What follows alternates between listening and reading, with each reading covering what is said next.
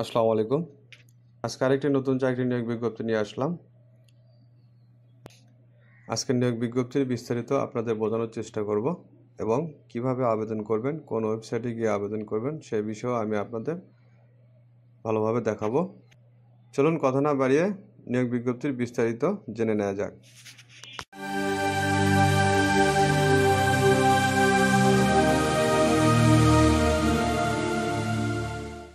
ঢাকা দক্ষিণ সিটি কর্পোরেশনের রাজস্ব খাতভুক্ত নিম্ন বর্ণিত শূন্য পদ পূরণের জন্য বাংলাদেশের প্রকৃত নাগরিকদের নিকট হতে দরখাস্তের আহ্বান করা যাচ্ছে। বন্ধুরা, এখানে একটি পদে 19 জনকে নিয়োগ দেবে।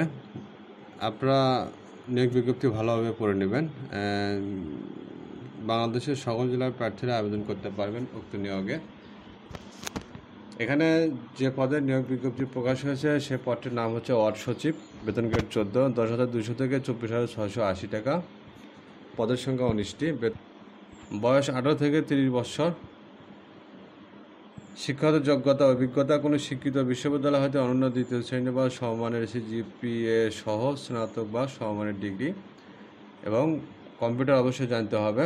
বাংলা প্রতি মিনিটে সর্বনিম্ন গতি 20 শব্দ এবং ইংরেজি প্রতি মিনিটে সর্বনিম্ন গতি 20 শব্দ থাকতে হবে।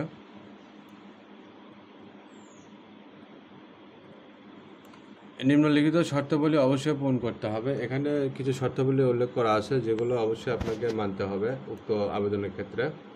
আবেদন শুরু ফি জমাদানের তারিখ 15 মে 2024 সকাল 10টা এবং আবেদনের শেষ তারিখ 30 মে বিকেল 5টা পর্যন্ত।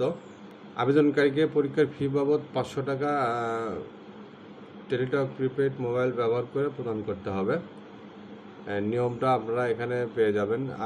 আবেদন করার জন্য যে ওয়েবসাইট লিঙ্কটি প্রয়োজন সেই ওয়েবসাইট লিঙ্কটি এখানে দেওয়া আছে, আপনারা ভালোভাবে দেখে নেবেন। লেখা আছে পরীক্ষায় অংশগ্রহণ ইচ্ছুক প্রার্থীগণ উক্ত ওয়েবসাইটে আবেদনপত্র পূরণ করতে পারবেন। আবেদনপত্রের বিস্তারিত নিম্নবলী এখানে আরও কিছু লেখা আছে, আপনারা সেগুলো ভালোভাবে দেখে নেবেন। বাংলাদেশের সকল জেলার প্রার্থীরা উক্ত পদে আবেদন করতে পারবেন। বাংলাদেশের সকল জেলার প্রার্থীরা আবেদন করতে পারবেন। আপনারা আবেদন করার আগে অবশ্যই নিয়োগ বিজ্ঞপ্তি ভালোভাবে পড়ে নেবেন। কীভাবে ওয়েবসাইটে গিয়ে আবেদন করবেন আমি আপনাদের সেটি দেখাবো। ভিডিওটি সম্পূর্ণ দেখুন। আপনি যখন ওয়েবসাইট লিঙ্কতে ক্লিক করবেন তখন আপনাকে সরাসরি এরকম ওয়েবসাইটে নিয়ে আসবে। এখান থেকে আপনি আবেদনটি সম্পূর্ণ করতে পারবেন। এখানে লেখা আছে, দেখতে পাচ্ছেন লেখা আছে অনগোয়িং সার্কুলার, চলমান যে নিয়োগ বিজ্ঞপ্তি তা এখানে শো করতেছে। আপনি এই অংশে ক্লিক করবেন। ক্লিক করার পর আপনাকে পরবর্তী স্টেপে নিয়ে যাবে। এখানে আপনি আরেকটি স্টেপ পার করতে হবে, যার জন্য এখানে দেখেন লেখা আছে অ্যাপ্লিকেশন স্টার্ট, নিয়োগ স্মারক নং, ডেট এখানে উল্লেখ করা আছে।